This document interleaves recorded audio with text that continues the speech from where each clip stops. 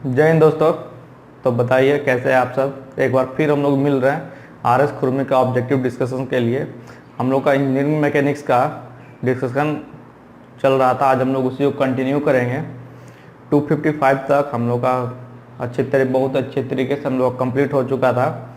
आज मैं इसे चाहूँगा, देखता हूँ कंप्लीट करने का, क्योंकि इसमें ज़्यादा कुछ बचा नहीं है। शायद 60-70 क्वेश्चन होंगे और बाकी जो लास्ट 20-25 क्वेश्चन है वो तो बहुत ईजी है, वर्क के रिगार्डिंग है, वर्क और एनर्जी के रिगार्डिंग है। तो यही जो है 30-40 क्वेश्चन यही जो है अभी इम्पोर्टेंट वाले हैं, जो कि हम लोग बढ़िया तरीके से देख के और इसको हम लोग आज ख़त्म करने की कोशिश करेंगे। चलिए, तो 255 नंबर तक हो गया था। जो लास्ट क्वेश्चन था हम लोग का क्या कह रहा था, पीरियोडिक टाइम पूछा गया था, टीपी है ना, पीरियोडिक टाइम। इसका क्या आपने बताया था, 2π√L/g, 2π√L/g। इसी के रिगार्डिंग जो है नेक्स्ट क्वेश्चन एक छोटा जो है न्यूमेरिकल दिया गया था 256 नंबर। इसमें क्या बोल रहा है, in order to double the period of simple pendulum, मतलब ये जो टाइम पीरियड है इसको डबल करना है। टीपी के जगह पर ट्वाइस टीपी करना है। किस कंडीशन में, तो the length of the string should भी बोल रहा, तो लेंथ ऑफ स्ट्रिंग शुड भी क्या होना चाहिए, तो हम लोग क्या जानते हैं 2π√L/g, 2π√L/g। ये केस है हम लोग का, जब हम लोग का टाइम पीरियड हम लोग का टीपी। लेकिन हम लोग को ट्वाइस करना है टीपी, तो उस कंडीशन में हम लोग क्या करेंगे, इसको क्या कीजिए, लेंथ को क्या कीजिए 4 टाइम बढ़ा दीजिए। ये अगर यहाँ पर 4 टाइम बढ़ा जाएगा तभी तो ये निकल करके इधर आएगा, तो यहाँ पर ट्वाइस लग जाएगा, है ना, तभी जा करके ये 2p होगा। जब यहाँ पर 2π√4L/g, कहने का मतलब है लेंथ को क्वाड्रपल्ड कर देंगे, मतलब 4 टाइम कर देंगे, तभी जो है हम लोग क्या हो जाएगा, सिंपल पेंडुलम का जो है हम लोग का टाइम पीरियड क्या हो जाएगा, डबल हो जाएगा। ठीक, ये चीज़ था हम लोग का, सी नंबर इसका करेक्ट है। 257, the motion of the body from one extremity to the other is known as, तो हम लोग उसको क्या बोलते हैं, 1 बीट बोलते हैं। The motion of extremities from the motion of the body from one extremity to the other, कहने का मतलब कोई एक सिंपल पेंडुलम ले लेते हैं, ये है हम लोग का मीन पोजीशन, ये क्या हम लोग का मीन पोजीशन है। यही क्या हो रहा है, हम लोग का एक बार इधर जा रहा है, फिर रिटर्न होकर फिर इधर आ रहा है। तो एक एक्सट्रीमी से दूसरे एक्सट्रीमिटीज तक आने के लिए, एक एक्सट्रीम से दूसरे एक्सट्रीम तक आने के लिए हम लोग क्या कहते हैं, उसी को हम लोग क्या कहते हैं, बीट कहते हैं, जो मोशन हम लोग का है, तो इसको हम लोग क्या कहते हैं, ये हम लोग का एग्री हो जाएगा। ए पेंडुलम विच एग्जीक्यूट्स 1 बीट पर सेकेंड, वैसा पेंडुलम एग्जीक्यूट करता है 1 बीट पर सेकेंड, मतलब 1 सेकेंड में 1 बीट, उसको हम लोग क्या कहते हैं, सेकेंड्स पेंडुलम, उसको क्या कहते हैं हम लोग, सेकेंड्स पेंडुलम। कंपाउंड पेंडुलम क्या है, कंपाउंड पेंडुलम अगर जानना है तो कंपाउंड पेंडुलम क्या है, कंपाउंड पेंडुलम होता है कोई एक एंगुलर मोशन पे हम लोग का जब पेंडुलम जब घूमता है तो उसको हम लोग कंपाउंड पेंडुलम कहते हैं। टॉर्सनल पेंडुलम क्या है, टॉर्सनल पेंडुलम है हम लोग का, इसे मूवमेंट ऑफ इनर्शिया एक्सपेरिमेंटली हम लोग इसे निकालते हैं, movement of inertia torsional pendulum के द्वारा। ठीक, सिंपल पेंडुलम हम लोग जान ही रहे हैं, जो हम लोग का घड़ी में जो लगा रहता है हम लोग का पेंडुलम, है ना, एक स्ट्रिंग में कोई एक बॉल लटका दीजिए, यही जो हम लोग का वन एक्सट्रीमिटी से दूसरे एक्सट्रीमिटी पर लग रहा है, इसी को हम लोग बोलते हैं सिंपल पेंडुलम। तो ये 4 चीजें थी, ये चार तरीके पेंडुलम हम लोग को पढ़ने रहता है। 259 नंबर बोल रहा, if a pendulum is taken 1 kilometre below the earth surface in a mine, it will gain in time या फिर lose in time.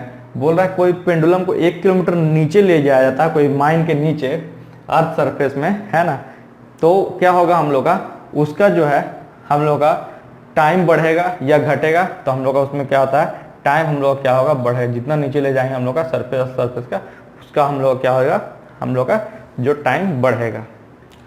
The length of seconds pendulum, seconds pendulum अभी हमने क्या बताया कि जो 1 सेकेंड में 1 बीट ले रहा है उसको हम लोग कहते हैं सेकेंड्स पेंडुलम, तो उसका जो लेंथ होता है हम लोग का पेंडुलम का वो होता है 99.4 सेंटीमीटर। ध्यान रखना, ये सब चीज़ बहुत अच्छी तरीके से आप लोग को ध्यान रखना है, क्योंकि यही सब में कन्फ्यूजन ज़्यादा होती है। ठीक, तो इसका जो हम लोग करेक्ट आंसर है वो है 99.4 सेंटीमीटर। चलिए next 261, when a rigid body is suspended vertically and it's oscillates with a small amplitude under the action of the force of gravity the body is note. तो मैंने क्या बोला था, जो भी मतलब कि एक एंगल से हम लोग का बॉडी, जो एक एंगल से हम लोग का बॉडी जो है ऑसिलेट करेगा उसको हम लोग क्या कहते हैं, उसको हम लोग कहते हैं कंपाउंड पेंडुलम। ये वही चीज़ दिया हुआ है, ठीक। कोई भी बॉडी जो है वो वर्टिकली सस्पेंड है, लेकिन हम लोग का जो है ये कोई एंगल थीटा से हम लोग का small it oscillates with a small amplitude under the action of the force of gravity the body is known as, तो इसको हम लोग क्या कहते हैं, कंपाउंड पेंडुलम। इसको क्या कहते हैं दोस्त, कंपाउंड पेंडुलम। आइए नेक्स्ट, तो कंपाउंड पेंडुलम का यहाँ पर फ्रीक्वेंसी ऑफ ऑसिलेशन पूछा गया है। कंपाउंड पेंडुलम का यहाँ पर फ्रीक्वेंसी ऑफ ऑसिलेशन पूछा गया है कि क्या होगा। देखिए फ्रीक्वेंसी यहाँ पे पूछा गया है कंपाउंड, ध्यान देना है कि ऑसिलेशन ये फ्रीक्वेंसी किस कंडीशन में पूछा गया है, टाइम किस कंडीशन में पूछा गया है। तो यहाँ पे कंपाउंड पेंडुलम के केस में पूछा गया, तो कंपाउंड पेंडुलम के केस में होता है 1/2π√gh upon kg square plus h square. जी जान रहे kg हम लोग का रेडियस ऑफ गायरेशन है, ठीक, रेडियस ऑफ गायरेशन जो हम लोगों ने बहुत पढ़ चुका है, ठीक। नेक्स्ट क्वेश्चन है, the centre of oscillation and the centre of suspension for a compound pendulum are interchangeable. ये सेंटर ऑफ सस्पेंशन और सेंटर ऑफ ऑसिलेशन क्या है अभी और नेक्स्ट क्वेश्चन में आएगा तो मैं बताता हूँ। ऐसे दोनों को हम लोग एक ही कहते हैं, इंटरचेंजेबल रहता सॉरी, दोनों एक ही रहता है, कोई दिक्कत नहीं है ना, एक दूसरे का इंटरचेंजेबल होता है सेंटर ऑफ ऑसिलेशन और centre of suspension. 264 the equivalent length of a simple pendulum which gives the same frequency as compared to as compound pendulum। Equivalent length पूछा गया है, क्या होगा हम लोग का, वो सेम फ्रीक्वेंसी दे एज कंपाउंड पेंडुलम के अनुसार। तो ये हम लोग क्या हो जाता है, ये बी नंबर जो है हम लोग का बिल्कुल करेक्ट उत्तर हो जाएगा, k² plus h² upon h। यही एक ऐसा हम लोग का इक्विवेलेंट लेंथ है जो हम लोग का फ्रीक्वेंसी सेम देगा एज कंपाउंड पेंडुलम के तुलना में, ठीक। तो इसको ध्यान रखें, k² plus h² upon h। Centre of percussion पूछा, centre of percussion is below the centre of gravity of the body and is a distance equal to. Centre of percussion क्या होता है, वो हम लोग का सीजी के नीचे रहता है, सीजी के हम लोग का नीचे रहता है, ये सेंटर ऑफ परक्यूशन, ठीक। ये पूछा गया है कि यहाँ पर हम लोग का जो डिस्टेंस है, ये डिस्टेंस जो है ये कितना के इक्वल टू होता है, जो भी डिस्टेंस होता है हम लोग का सीपी है ना, ये किसके इक्वल टू होता है, तो k² अपॉन h, किसके इक्वल टू होता है, k² अपॉन h के इक्वल टू होता है। 265 का सी नंबर बिल्कुल करेक्ट है, सेंटर ऑफ परक्यूशन कहा जाएगा k² अपॉन h। अब पूछा गया है टॉर्सनल पेंडुलम के केस में फ्रीक्वेंसी ऑसिलेशन। टॉर्सनल पेंडुलम में क्या होता है, ये ऐसा पेंडुलम है जिसके थ्रू हम लोग मोमेंट ऑफ इनर्शिया निकालते हैं एक्सपेरिमेंटली, ठीक। तो हम लोग का फ्रीक्वेंसी ऑफ ऑसिलेशन पूछा गया है, मतलब फ्रीक्वेंसी किससे हम लोग डिनोट करते हैं, स्मॉल एफ से डिनोट कर सकते हैं, कोई दिक्कत नहीं इसको। तो फ्रीक्वेंसी पूछा गया टॉर्सनल इफेक्ट, टॉर्सनल के केस में, तो ये डी नंबर जो है इसका होता है r/2πk into √g upon l, r/2πk into √g/l। 266 का डी नंबर करेक्ट हो जाएगा टॉर्सनल कंडीशन के केस में। अब पूछा है इसमें which of the following statement is correct, बताइए कि इसमें कौन सा जो है स्टेटमेंट करेक्ट है।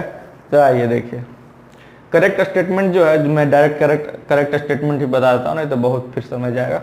जो करेक्ट स्टेटमेंट है वो ए नंबर है, बोलता है कि the periodic time of particle moving with simple harmonic motion is the time taken by a particle for one complete oscillation, ठीक। एसएचएम के कंडीशन में बोला है कि पीरियोडिक टाइम क्या होता है कि जब भी कोई वो समय जो मतलब कि वन कंप्लीट ऑसिलेशन में जितना मतलब कि समय लग रहा है उसी को हम लोग क्या कहते हैं, पीरियोडिक टाइम कहते हैं एसएचएम के केस में।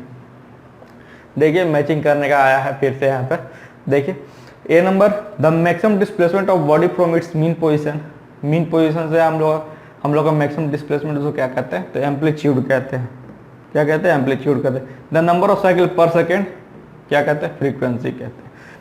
The velocity of the particle is zero at the, velocity of particle zero कहाँ होगा, एंड ऑफ एक्सट्रीमिटीज पे, और acceleration of the particle zero कहाँ होगा, मीन पोजीशन पे, ठीक, ये ध्यान रखना है। वेलोसिटी ऑफ पार्टिकल जीरो कहाँ होता है, एक्सट्रीम कंडीशन पे, दोनों एक्सट्रीम कंडीशन पे होता है, और एक्सेलरेशन कहाँ होगा, तो हम लोग का मीन पोजीशन पे होगा, ठीक। Next question, the motion of a wheel of A car. जो हम लोग का कार का जो पहिया रहता है वो किस तरह रहता है, कंबाइंड रहता है, टॉर्सनल भी रहता है और ट्रांसलेशन भी रहता है और रोटेशन, एक तो घूमता ही है और मतलब ये वही दिशा में हम लोग का जाता रहता है, कोई एक ही दिशा में, तो उसको हम लोग क्या बोलेंगे, combined translation and rotational. When a person on a bicycle drives around a curve, कोई एक बाईसाइकिल है जो कि मान लीजिए कि सर्कल में ही चल रहा है, इस तरह से हम लोग का चल रहा है, यहाँ साइकिल वाला है, ठीक। तो क्या बोला गया है, he has to lean inward और आउटवर्ड टू मेंटेन इक्विलिब्रियम। वो मतलब अंदर की ओर झुकेगा या बाहर की ओर झुकेगा, वो अपना मतलब इक्विलिब्रियम स्टेट में आने के लिए। तो जाहिर सी बात है हम लोग का जब भी जो है सेंटर की तरफ हम लोग को जो है डायरेक्ट करना पड़ता है हम लोग का डायरेक्शन, तभी हम लोग जो है इक्विलिब्रियम में ला पाते हैं, नहीं तो अगर बाहर की तरफ करेंगे तो हम लोग क्या गिर जाएंगे, ठीक। तो ए नंबर जो है 270 का ए नंबर हम लोग का करेक्ट उत्तर है। The angle of inclination of a vehicle when moving along a circular path depends or does not depends upon its mass। तो एंगल ऑफ इंक्लिनेशन कभी भी जो है ना मास पे डिपेंड नहीं करता है। कोई कितना भी कुछ कोई भी ले लीजिए, कोई बाईसाइकिल चलाता है, कोई दौड़ते हैं या कभी दौड़ते हैं या फिर बस चलती है या फिर ट्रेन भी चलती है, कुछ भी चलती है, तो वो क्या होगा, मास के अकॉर्डिंग डिपेंड नहीं करती है। वो कितनी भारी चीज़ हो वो हमेशा सेंटर पे ही हम लोग का टुवार्ड्स करती है, ठीक। तो यहाँ पे हो जाएगा does not depend. The angle of inclination with the vertical is dash if the cyclist is running at a faster speed than that when he is running at slower speed. बोल रहा एंगल ऑफ इंक्लिनेशन क्या होगा, angle of inclination क्या होगा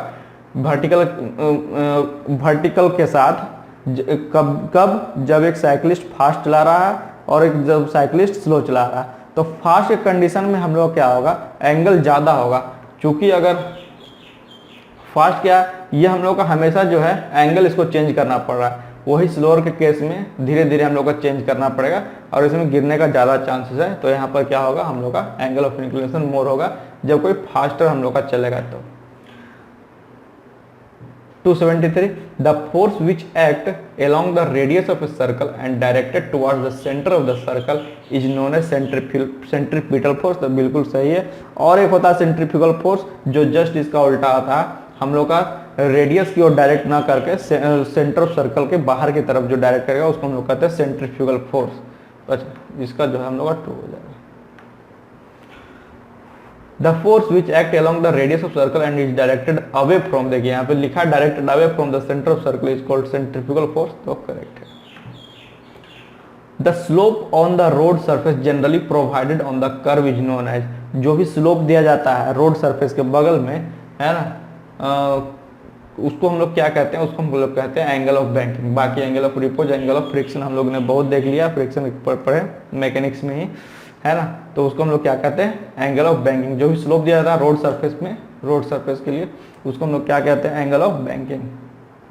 276 the ideal angle of banking provided on the curves on road depends upon, जो भी angle of banking दिया जाता है उसके वो मतलब किस कंडीशन में दिया जाता है, तो जो भी मतलब कि हम लोग का व्हीकल का वेलोसिटी होता है उसके स्क्वायर के अकॉर्डिंग, उसके स्क्वायर के according, velocity square of the vehicle. 277 number when a train is rounding a curve the side thrust on the wheel flanges is prevented by raising the outer edge of the rail। होता क्या है, जब भी हम लोग की train चलती है कोई गोलाई में, मान लेते हैं ट्रेन की पटरी है, ये हम लोग का ट्रेन का पटरी है गोलाई में, ये चल रही है, तो इसमें क्या जाता है, इसमें क्या होता है, अगर हम लोग इसमें क्या करते हैं हम लोग कि इसमें जो है जो अंदर वाला जो ये रेल है इसको थोड़ा डाउन रखते हैं आउटर एज के तुलना में।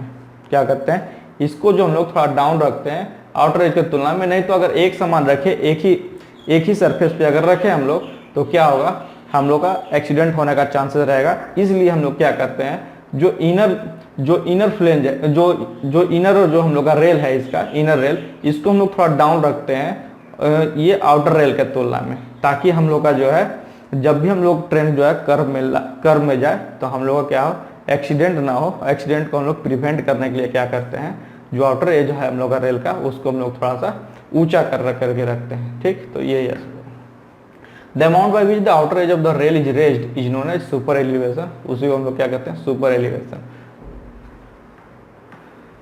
279 in railways the super elevation is expressed in terms of the difference between the level of the two rail. वही जो मैंने बताया, दोनों रेल के बीच का जो डिफरेंस है, लेवल कहने का मतलब जो सतह है ना, एक मान लीजिए कुछ इस तरह से होगा, है ना, ये 3D में मैं यहाँ पे नहीं दिखा पा रहा हूँ, है ना, ये जो है ये थोड़ा ये सतह से नीचे रहता है, ये सतह से थोड़ा ऊपर रहता है, ठीक। उसी को हम लोग क्या कहते हैं, दोनों का डिफरेंस को हम लोग क्या कहते हैं, सुपर एलिवेशन कहते हैं। The super elevation is given by, तो फॉर्मूला क्या है उसका, तो GB² अपॉन GR। जी क्या है, gauge of the track. Gauge of the track आप लोग जानते हैं, अभी जितने भी इंडियन रेलवे है सभी अभी ब्रॉड गेज में चल रही है, बहुत कम ही जगह मीटर गेज चल रही है, नैरो गेज तो बिल्कुल ही बंद ही हो गई है। नैरो गेज बहुत कम गुवाहाटी तरफ चल रही है। तो ब्रॉड गेज की जो लंबाई होती है हम लोग कितनी होती है, 1.676 मीटर, और मीटर गेज तो जान ही रहे 1 मीटर, ठीक। तो ये चीज़, ये सब भी ध्यान रखना है। तो सुपर एलिवेशन क्या होता है, हम लोग का GB²/GR से हम लोग देते हैं, जहाँ पर G हम लोग का जो है gauge of the track, V velocity of the vehicle, और R radius of the circular path, ठीक। चलिए, the maximum velocity of a vehicle in order to avoid overturning on a level circular path, ठीक। बोल रहा है maximum velocity पूछा गया है यहाँ पर, मैक्सिमम वेलोसिटी पूछा गया व्हीकल का, to avoid overturning on a level circular path. Overturning को अवॉइड करने के लिए हम लोग का जो मिनिमम वेलोसिटी हम लोग का क्या होगा, तो हम लोग का उसका हो जाएगा √GRA upon H, √GRA upon H, जो हम लोग का बिल्कुल करेक्ट उत्तर हो जाएगा। 282 बोला when a vehicle moves on a level circular path the reaction at the inner wheel, है ना, कोई भी हम लोग का जब सर्कुलर पाथ में मूव कर रहा है तो जो इनर व्हील का हम लोग का जो है, इनर व्हील का रिएक्शन हम लोग का यहाँ पे पूछा गया है। इनर व्हील ऑफ रिएक्शन क्या होता है, mg/2 × 1 - v² H upon GRA, ठीक। देखिए 283 बोला the maximum velocity of vehicle in order to avoid skidding away on a level circular path. पूछा है कि मैक्सिमम वेलोसिटी क्या होगा, Vmax हम लोग क्या होगा किस कंडीशन में, जब कोई हम लोग का व्हीकल राउंड में मूव, सर्कुलर पाथ में मूव कर रहा है तो स्कीड ना करे, व्हील जो है स्कीड ना करे, मतलब फिसले नहीं, है ना, व्हील स्लिप ना आए, तो उसको हम लोग क्या करते हैं, इसको हम लोग क्या कहते हैं, √μgr। The overturning of vehicle on a level circular path can be avoided if the velocity of vehicle is dash। अच्छा, इसका ऑप्शन नहीं है। 289 कितना नंबर है, 284 लेस देन और ग्रेटर देन, ए नंबर में है इसका लेस देन, बी नंबर में है ग्रेटर देन।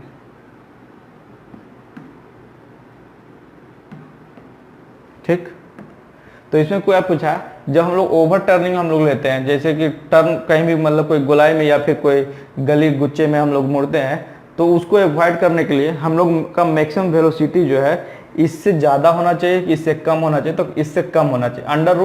√GRA हम लोग का जो मैक्सिमम वेलोसिटी है, मैक्सिमम वेलोसिटी वो लेस देन रहना चाहिए √GRA अपॉन H, नहीं तो क्या होगा, एक्सीडेंट का खतरा बढ़ जाता है ओवर टर्निंग के केस में। ठीक, The skidding away of the vehicle on a level circular path can be avoided if the force of friction between the wheels and the ground is dash the centrifugal force।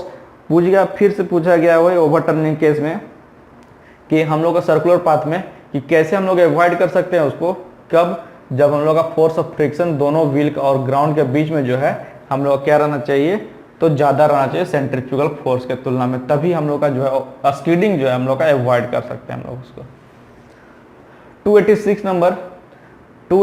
का question number 286 number देखिए, question क्या बोल रहा है, the total momentum of a system of masses that is moving body in any one direction remains constant unless acted upon by an external force in that direction, this statement is known as. अब देखिए इसमें तो बताने का कोई ज़रूरत नहीं है, अब इसमें भी बताने जाए तो आप लोग समझ लीजिए आप लोग की तैयारी क्या है। इसमें भी अगर हम लोग अब मैं इसमें भी अब एक्सप्लेन करने जाऊँ तो सोच लीजिए कि आपकी तैयारी क्या है। तो इसका जो हम लोग का आंसर हो जाएगा, क्या हो जाएगा, Newton first law of motion, जिसको हम लोग कहते हैं इनर्शिया ऑफ मोशन, भी जड़त्व का नियम। ठीक, तो ये Newton first law of motion क्या कहता है कि कोई बॉडी हम लोग का जो डायरेक्शन में वही डायरेक्शन में जाएगा जब तक हम लोग कोई में जो है एक्सटर्नल फोर्स अप्लाई नहीं करेंगे। तो 286 का ये नंबर जो है बिल्कुल करेक्ट है, या तो उसको टोटल मोमेंटम ऑफ सिस्टम भी कह सकते हैं। 287 the body which rebound after impact, कहता है कि कोई बॉडी, जैसे मान लेते दीवार पर ही कोई बॉडी को हम फेंक देते, कोई बॉल ही है, कोई हम लोग बॉल ही है, उसको हम लोग फेंक देते हैं, तो क्या होता है, वो हम लोग का रिबाउंड अगर बैक कर रही है तो उसको हम लोग क्या कहते हैं, उसको हम लोग कहते हैं इलास्टिक बॉडी। रिबाउंड करने का मतलब जितना कस के फेंके उधर से भी हम लोग का उतना ही कस के उधर से आएगा, जो थर्ड लॉ ऑफ मोशन होता है हम लोग का Newton. The loss of kinetic energy during inelastic impact is given by, तो जितना काइनेटिक एनर्जी लॉस हुआ है, कितना काइनेटिक एनर्जी जो है हम लोग का के ही जो लॉस हुआ है हम लोग का, है ना, किस कंडीशन में, ड्यूरिंग इनइलास्टिक इम्पैक्ट केस में पूछा गया है कितना हम लोग का लॉस हुआ है, तो वो हम लोग जो देते हैं हम लोग m1 into m2 by 2 into m1 plus m2 into u1 minus u2 का स्क्वायर।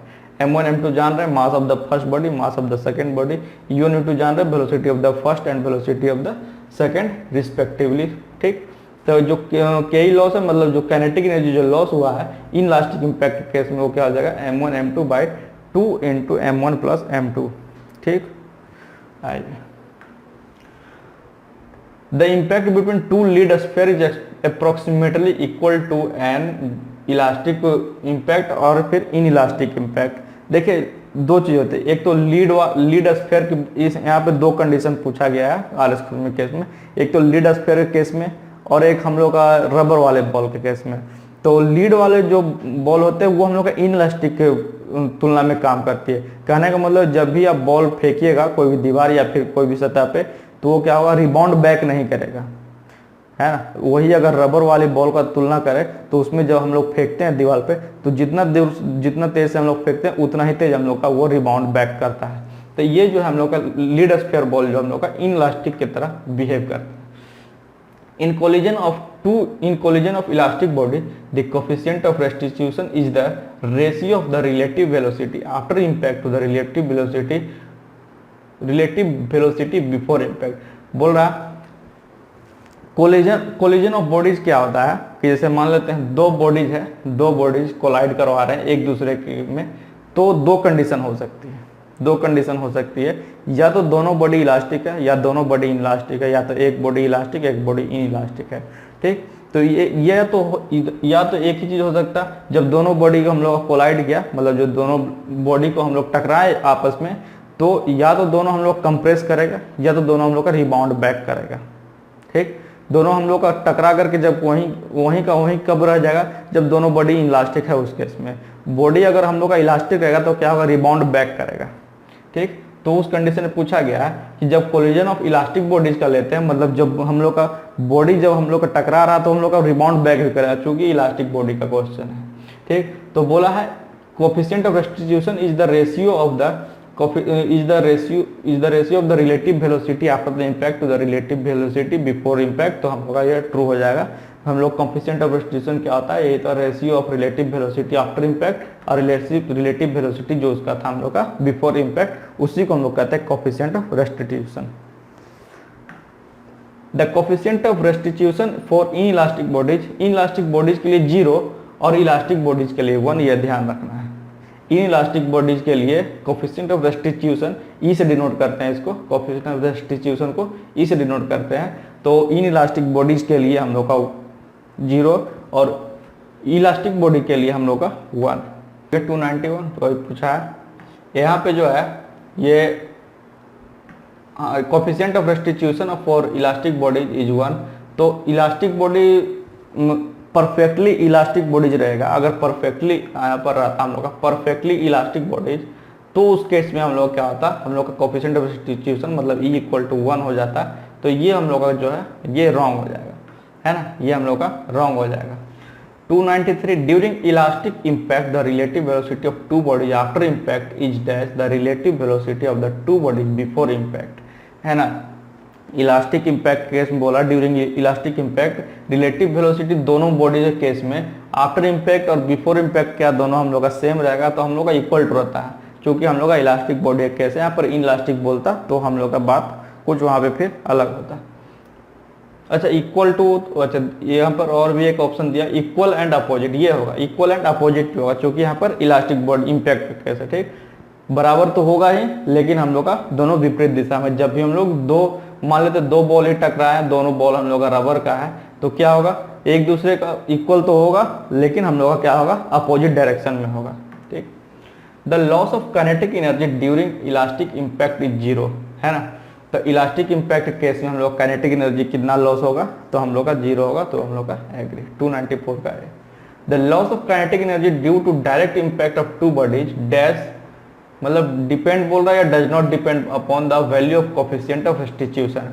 तो उस पे इसमें क्या हो जाएगा, हम लोग का क्या, जब मैं बार बार बोल रहा हूँ coefficient of substitution E = 1 E = 0, तो हम लोग का डिपेंड करेगा, तभी तो वो क्या हो रहा है, हम लोग कोफिशिएंट ऑफ सब्स्टिट्यूशन पे डिपेंड कर रहा है हम लोग का क्या हो रहा है, काइनेटिक एनर्जी। ठीक, 296 इसमें पूछा गया which of the following statement is correct. 296 में पूछा गया विच ऑफ द, तो इसमें मैं डायरेक्ट बता देता हूँ, देखिए, the kinetic energy of a body during impact remains constant, तो नहीं। ठीक, the kinetic energy of body before impact is equal to the kinetic energy of, यहाँ पर इक्वल एंड अपोजिट टू अभी हम लोगों ने देखा। The kinetic energy of a body before impact is less than the kinetic energy, यहाँ तो ये तो दोनों फिर गलती है, इक्वल एंड अपोजिट होगा तो सही होगा। The kinetic energy of body before impact is more than the kinetic energy of body after impact, ये डी नंबर जो हम लोग का बिल्कुल करेक्ट उत्तर है। ठीक, When two elastic bodies collide with each other, तो क्या होगा, जब बोल रहा है दो हम लोग का इलास्टिक बॉडीज को आपस में टकराएंगे तो क्या होगा, the body will momentarily come to rest after collision, दोनों टकराने के बाद क्या होगा, रेस्ट पे आ जाएगा। The two bodies tend to compress and deform at the surface of contact, है ना, जहां पे भी जब जो टकरा रहे हैं बॉडी को, है ना, जो यहाँ पे कॉन्टैक्ट हुआ, यहाँ पे क्या होगा, कंप्रेस होगा या फिर और डिफॉर्म होकर के, और या फिर डिफॉर्म होगा सरफेस ऑफ कॉन्टैक्ट पे। ठीक, the two bodies begin to regain their original shape, elastic bodies है तो रीगेन तो करेगा, है ना, तो ये भी करेक्ट है, तो डी नंबर हम लोग का 297 का डी हम लोग का करेक्ट रहेगा। 298 two ball of equal mass है m1 m इक्वल मास है तो m ले लेते हैं, और perfectly elastic material are lying on the same floor, एक ही फ्लोर पे लाई कर रहा है, दो बॉडी है, दोनों का मास सेम है, एक ही सरफेस पे हम लोग का लाई कर रहा है। One of the ball with velocity भी, ये भी is made to stuck the second ball, है ना, एक दूसरे बॉल पे जाकर के स्टक करने का कोशिश कर रहा है। Both the ball after impact will move with the velocity of, ठीक, जब हम लोग का ये हम लोग का रेस्ट में है, जब इसको ये इससे टकराएगा तो हम लोग क्या होगा, वेलोसिटी दोनों में इसका ये जितना वेलोसिटी था इसका आधा वेलोसिटी से ये हम लोग का ये मूव करेगा, दूसरा जो हम लोग का बॉडी था, अगर ये B1 ले ले B2 ले ले तो ये जितना वेलोसिटी से हम लोग का टकराया है इसमें उसके आधे वेलोसिटी से हम लोग का ये जो B2 बॉडी है वो हम लोग का मूव करेगा, तो V/2। 299 a lead ball with certain velocity is made to strike a wall, it falls down but rubber ball of some mass and with same velocity strikes the same wall, it rebounds, select the correct region from the following। जैसा कि मैंने बताया lead ball है जो हम लोग क्या होता है, इन इलास्टिक केस कंडीशन है, किसका कंडीशन, इन इलास्टिक, और रबर बॉल किसका, इलास्टिक कंडीशन। इसीलिए जब लीड बॉल जो होता है हम लोग क्या करते हैं, दीवार पर जब हम लोग स्ट्राइक करेंगे तो वो क्या होगा, हम लोग का रिबाउंड नहीं करेगा, और रबर बॉल क्या होगा, हम लोग का जब भी हम लोग जितने ताकत से जितने वेलोसिटी से हम लोग फेंकें वो रिबाउंड बैक वही वेलोसिटी से हम लोग करेगा। तो हम लोग का परफेक्ट रीजन बोला है कि ऐसा क्यों नहीं होता है, लीड बॉल के साथ ऐसा क्यों नहीं होता है। तो देखिए इसमें कौन सा हम लोग का, both the ball undergo an equal change in momentum, नहीं, अगर इक्वल चेंज इन मोमेंटम होगा तो हम लोग का कोई दिक्कत ही नहीं है, अगर एक ही मोमेंटम में हो तो हम लोग का तो कोई दिक्कत। The change in momentum suffered by rubber ball is more than the lead ball, ये हम लोग करेक्ट है 299 का बी नंबर के द्वारा, वो ज्यादा है लीड बॉल के केस में। मोमेंटम क्या होता है, मोमेंटम आप लोग जानते हैं P = हम लोग क्या होता है, मास इंटू वेलोसिटी, क्या होता है, मास इंटू वेलोसिटी। एक चीज और है इसमें काइनेटिक एनर्जी बार बार पढ़ता है, काइनेटिक एनर्जी क्या होता है, हाफ mv², और पोटेंशियल एनर्जी एक और बच के बता देता हूँ, पोटेंशियल एनर्जी क्या होता है हम लोग का, m/g/h। ठीक, ये सब फॉर्मूला जो है बेसिक चीजें हैं, आप लोग को ध्यान में ये सब रखना ही पड़ेगा। नेक्स्ट क्वेश्चन है 300, if u1 and u2 are the velocity of two moving bodies in the same direction before impact and v1 and v2 are their velocities after impact, then coefficient of substitution is given by, बोल रहा है दो body है, u1 u2 आपका initial velocity है, v1 v2 आपका final velocity है। तो उस केस में पूछा गया है यहाँ पर कि कोफिशिएंट ऑफ रेस्टिट्यूशन क्या होगा। तो कोफिशिएंट ऑफ रेस्टिट्यूशन मैंने पहले ही बता दिया है कि जो भी मतलब आफ्टर स्ट्राइक और जो बिफोर स्ट्राइक का जो हम लोग का रेशियो है वही हम लोग का क्या होता है, coefficient of restitution. E equal to coefficient of restitution को E से डिनोट करते हैं। E equal to V2 minus V1 by U1 minus E2।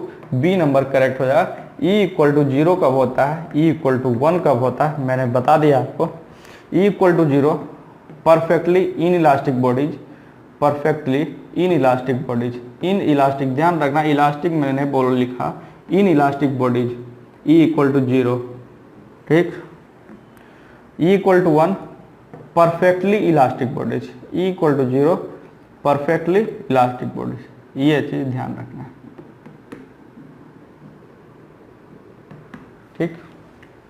आज के लिए इतना रखते 300 तक। 25 क्वेश्चन जो बचा है मैं नेक्स्ट वीडियो में करवा दूंगा, 15-20 मिनट का टाइम लगेगा, नहीं तो फिर वीडियो ज़्यादा लंबा हो जाएगा, है ना, वो सही नहीं रहता है। तो आज हम लोग 300 क्वेश्चन तक ही रखते हैं। 300 क्वेश्चन तक रिवीजन कीजिए। अगले वीडियो में मैं जो है इंजीनियरिंग मैकेनिक्स पूरा कंप्लीट कर दूंगा, ठीक। तो आज के लिए इतना रखते हैं। Thank you.